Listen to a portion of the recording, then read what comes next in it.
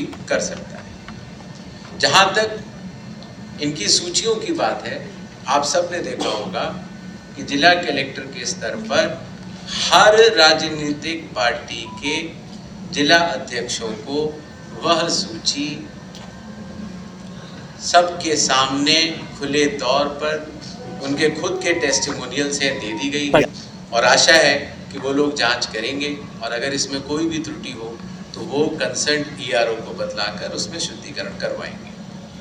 जहां तक संख्या की बात है, हर ईआरओ और हर जिलाधिकारी ने सारी संख्याएं जो कटी हैं वो हर पॉलिटिकल पार्टी को दे दी और वो पॉलिटिकल पार्टीज की जिम्मेदारी का विषय है कि जिस तरह से हमने ये निवेदन किया है कि आप हर पोलिंग स्टेशन पर अपने पोलिंग एजेंट नामित करें, काउंटिंग के लिए अपने काउंटिंग एजेंट नामित करें।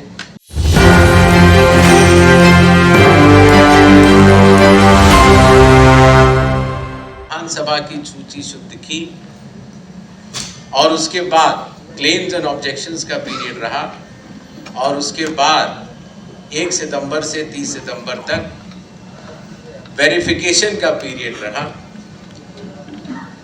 पूरे प्रदेश में लगभग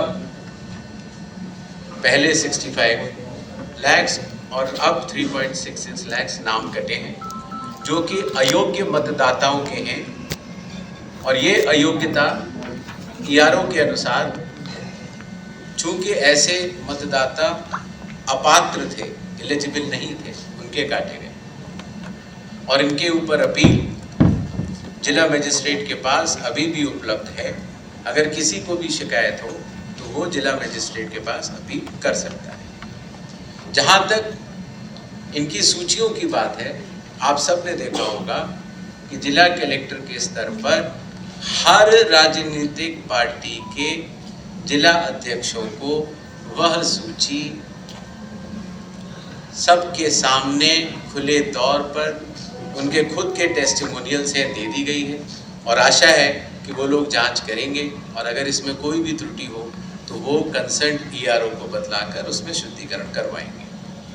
जहां तक संख्या की बात है, हर ईआरओ और हर जिलाधिकारी ने सारी संख्याएं जो कटी हैं वो हर पॉलिटिकल पार्टी को दे दी और वो पॉलिटिकल पार्टीज की जिम्मेदारी का विषय है कि जिस तरह से हमने ये निवेदन किया है कि आप हर पोलिंग स्टेशन पर अपने पोलिंग एजेंट नामित करें, काउंटिंग के लिए अपने काउंटिंग एजेंट नामित करें, उसी तरीके से जो मतदाता सूची है उसका वो परीक्षण कर लें और कोई भी अगर त्रुटि है तो उसको बताएं।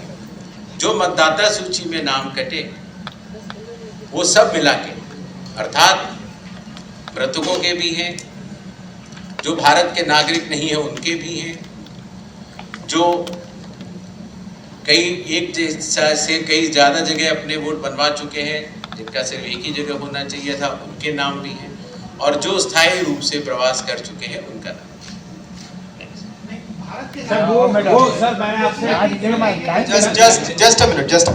करने की जिम्मेदारी ईआरओ की होती है। तो ये सवाल हर विधानसभा क्षेत्र में हर ईआरओ और हर जिले का हर जिला कलेक्टर जानता है।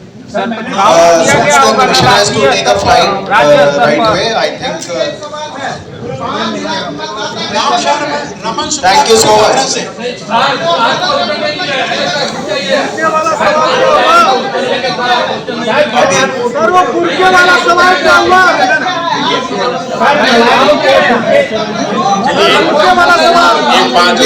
प्लीज अच्छा आप बताइए,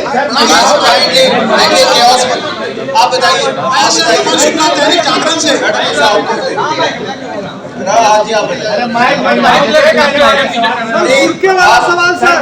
आप पे आते हैं,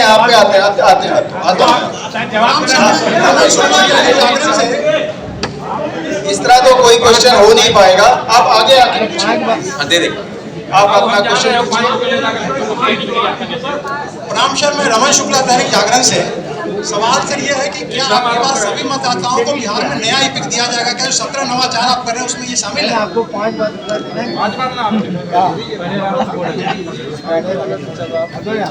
सर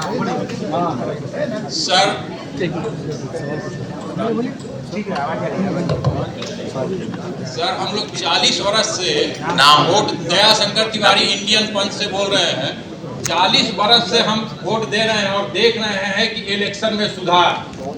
आज तक हम देख रहे हैं 40 वर्ष में कि धीरे धीरे आप लोग कह रहे हैं कि सुधार करो और करप्शन बढ़ते जा रहा है। जितने अपराधी हैं वो जेल से छूट के आते हैं, 100 केस रहता है, 50 केस रहता है, नॉमिनेशन करते हैं, इलेक्शन लड़ते हैं, बाहुबली कहते हैं। अब वहाँ पर जो उनके क्षेत्र की जनता होगी उनके सामने किसी काम के लिए कैसे जाएगी? तो हमको तो नहीं लगता है कि 40 वर्ष में कोई सुधार हुआ है इलेक्शन में। तो आप लोगों को करना है। ठीक है, ठीक। देखिए ऐसा है कि हमारी आपकी रूबरू तो आज हुई और फिर भी चलती रहेगी, लेकिन समय परिधि फ्लाइट की वजह से भी है। तो जो आपके सवाल हैं उनका मैं जरूर जवाब देता हूँ। जहाँ वोटर कार्ड में एंट्रीज की चेंजेस हैं, जैसे कि विवाह उपरांत कई बार महिलाओं के नाम बदल जाते हैं, या आपने अपने रहायश की जगह बदल ली है तो पता बदल जाता है, तो इस तरह के केसेस में नए वोटर कार्ड जारी होंगे। जहां तक जेल के अपराधियों की बात है,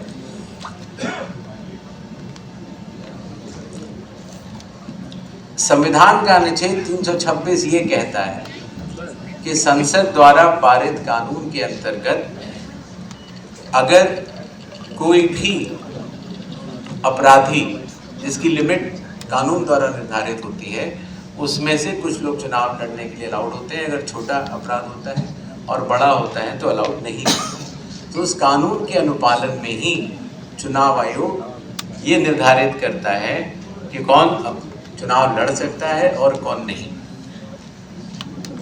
एक विषय पूछा गया कि महिलाओं की संख्या के बारे में, तो जो इन्यूमरेशन का प्रोसेस है उसमें इन्यूमरेशन फॉर्म सभी को दिए गए, चाहे वो हमारी सम्मानित महिलाएं हों, चाहे वो हमारे सम्मानित पुरुष हों।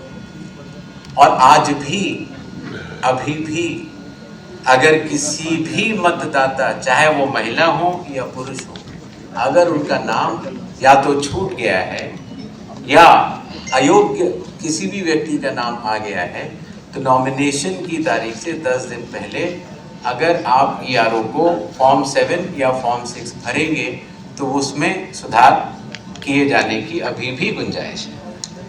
तो अगर आप परमिट करें तो हम मैं आप सबका बहुत बहुत धन्यवाद करता हूँ।